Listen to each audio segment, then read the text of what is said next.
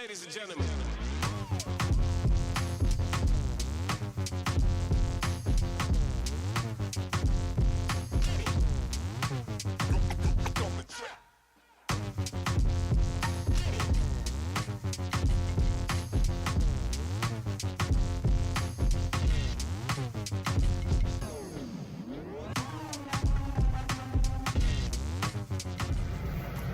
What's up, YouTube? So, as promised, if you caught my short the other day, another project's done. Well, really two projects.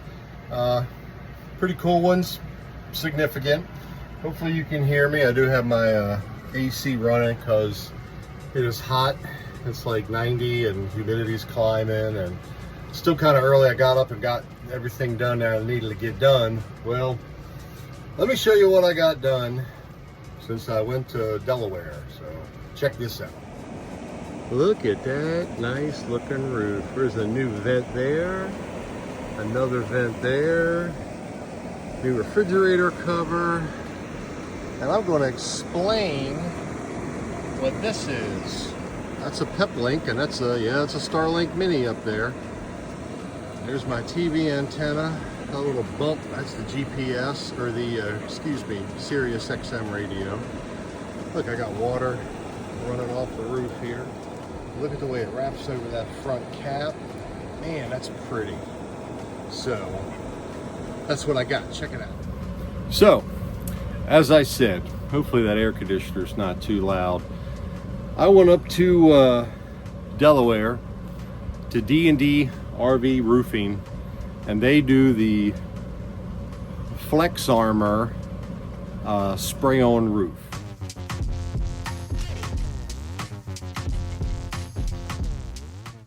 And what that is, in case you don't know, it's I think it's a polyurea kind of a spray.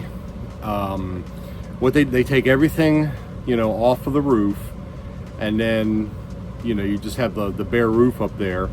It depends on how far they have to take it down, depends on, of course, the price, depending on what's wrong, if your roof's been leaking, if you have a lot of rot. With my roof being a fiberglass, they took everything off of it. I'll include a few pictures here.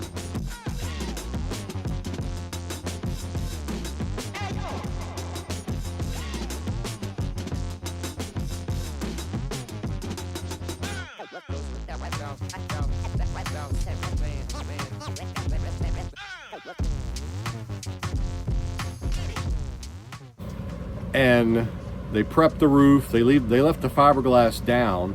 They checked the whole roof. There was no rot. I didn't have any rot. I did have one leak in the bathroom.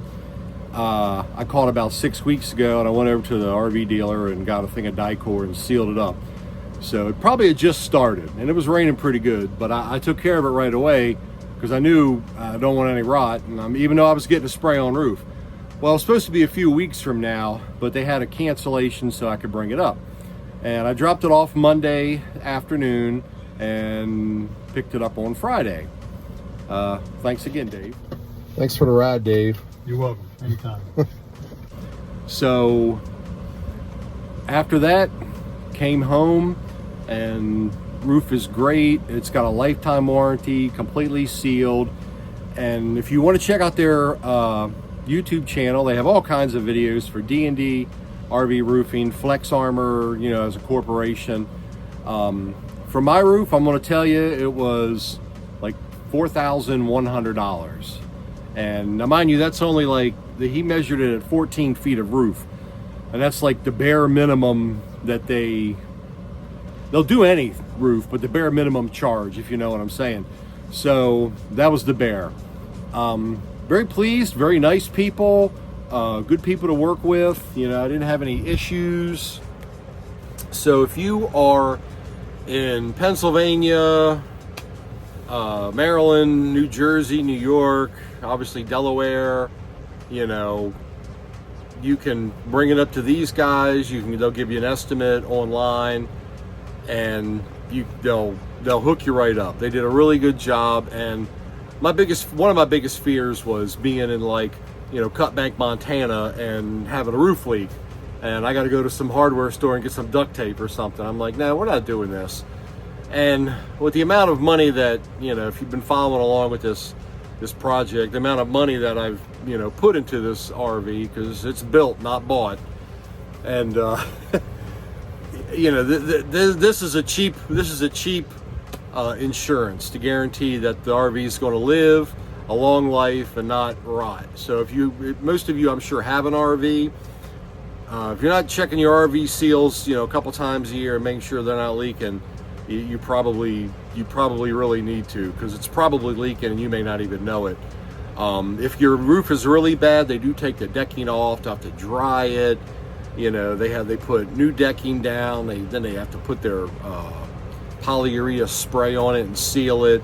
And that's how they do a lifetime warranty. Is they do it right. And this is like company wide. Dave had his done 6 years ago down in Jacksonville. They didn't have one in Delaware at the time, and he's been very pleased with it and has had no issues. So his was, I don't know what he said, like 10 grand, and that was 6 years ago. So it does get a little pricey, but what's your RV cost, versus how long you're going to keep it, and what's your roof worth. So the second thing I got, which you saw up there, that is a Starlink Mini, and it's also a Peplink, which I got from Mobil Must Have.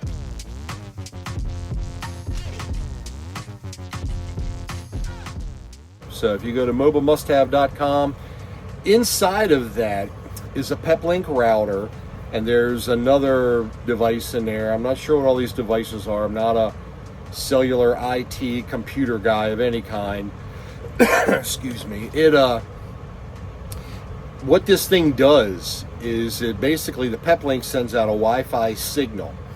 I bought a data plan from Mobil Must Have. It's a rollover plan. It's a small plan. It's nothing crazy yet, because we're not full time yet.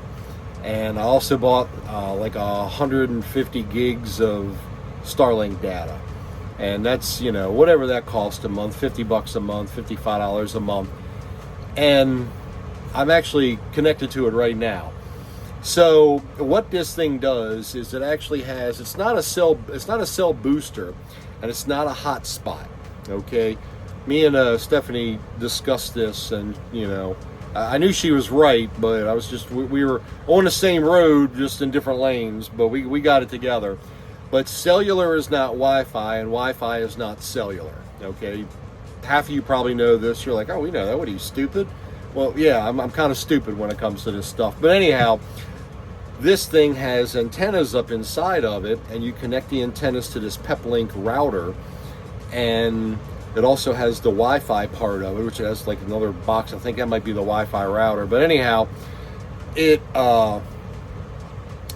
takes that cell. I got an eSIM. You can get a physical SIM, or you can get an eSIM. Got the eSIM downloaded, and this thing works off of US Cellular, T-Mobile, AT&T, and Verizon. Picks whatever tower, and that's where it gets its signal from, and takes that cell signal, makes it to Wi-Fi. So I have Wi-Fi in the RV, so I can either use cellular through Mobil Must Have, and you can use any carrier you want. Like if you want to put a Verizon SIM card in there, you can. They don't restrict it. I got it from them. I like their plan. They have a rollover. They also do an unlimited. It's not throttled. They're like they buy data, or a data broker or something. I'm not sure what all that is, but I used their IT. I needed their IT support, to get this thing working, because I was not doing something right. Now, granted, it took me 2 days through emails back and forth, but I finally got it working. They were helpful. They answered all my questions, and I got this thing working. I did go over to the local park away from my house Wi-Fi. It worked. I was getting Starlink. I was getting cellular. This morning I got up. I went up on the roof before it got stupid hot out. I had to connect the Starlink back to it from the wires up there. Just 2 wires. Connected it. Didn't lock it down yet. Made sure everything was working. Everything worked. And then locked it down. I'm done with the project.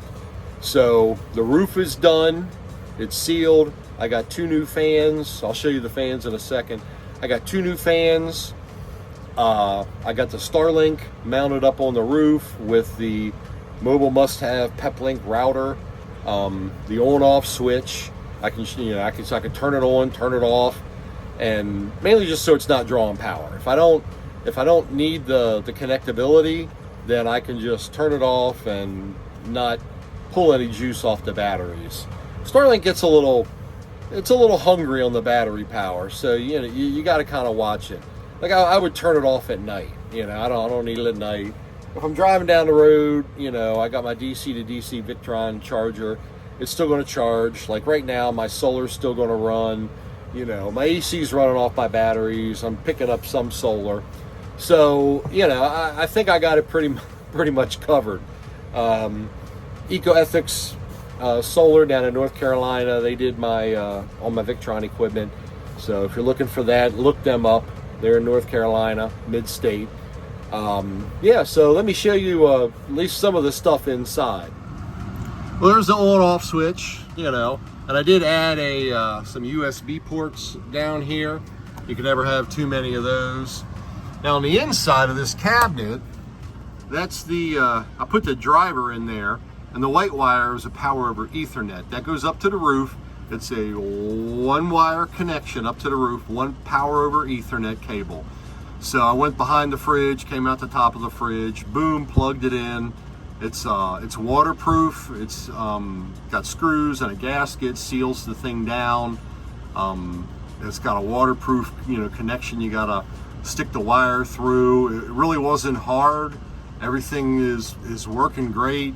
I got power going up here to it. Now, I did make this, and this is going to go. Let me see here. It's basically I'm gonna put it in here like that. So I'm gonna stick it. I'm gonna get some screws, and I'm gonna screw it into the wood just to protect that area. And you still want air to get in there. That it does put off a little bit of heat. Nothing crazy, but I don't want clothes and socks and everything else getting shoved in there and not get any air. So, that's what I'm doing with that. Here's the new fan. It's a Pro Breeze fan. It's got this cool little piece that can slide over, and it's just like, it's a 10-speed brushless fan. It's got this cool little light over here too, so it does have some extra lights in it, and that's kind of cool. And then this one in here, this is just your regular Max Air fan, which is better than that little, the little one's a little stupid fans, they don't do anything. Yeah, so they put that one in for me. I did have 2 of the Pro Breeze fans. I did have 2 of these. Well, it wouldn't fit over on the bathroom. The skylight was too close, and he called me and he said, "Hey man, this thing ain't gonna work." I said, "All right, what are we gonna do?" He said, "I got a regular Max Air fan I can put up there. I don't know, what, like $300? What's another $300? I'm already in this far." So they put that on. They put the Camco cover, which you saw in the video up there. And so it's covered, and it's open right now. So I'm just probably gonna leave it open, keep the heat out of the bathroom. Now I did have them do this. I did have them spray over the skylight in the bathroom. And of course, he really suggested that. He's like, yeah, you really want to cover that up. It between the sun, the leaks it can be, and that's just a piece of Lexan plastic, whatever they do to mold it, screwed on there. I mean, they can seal and just leave like the top half open, but you get a lot of heat through there too. Especially in the summer, peak of summer, sun's coming right down on there. Now with the Flexarmor, they say it does have an R factor on it for insulation. I think the test showed like 10 degrees cooler, which means your AC is going to work less, and your RV will be cooler, which is always good, especially if you're out in Arizona or Florida or something, Texas. So I had that done. The roof's covered. They covered that up. So this stuff's really, really strong. And I think when they spray it down, it's like as thick as 3/4. So like stack 3/4 up, and that's how thick they put the stuff down. It's got a really strong tear strength.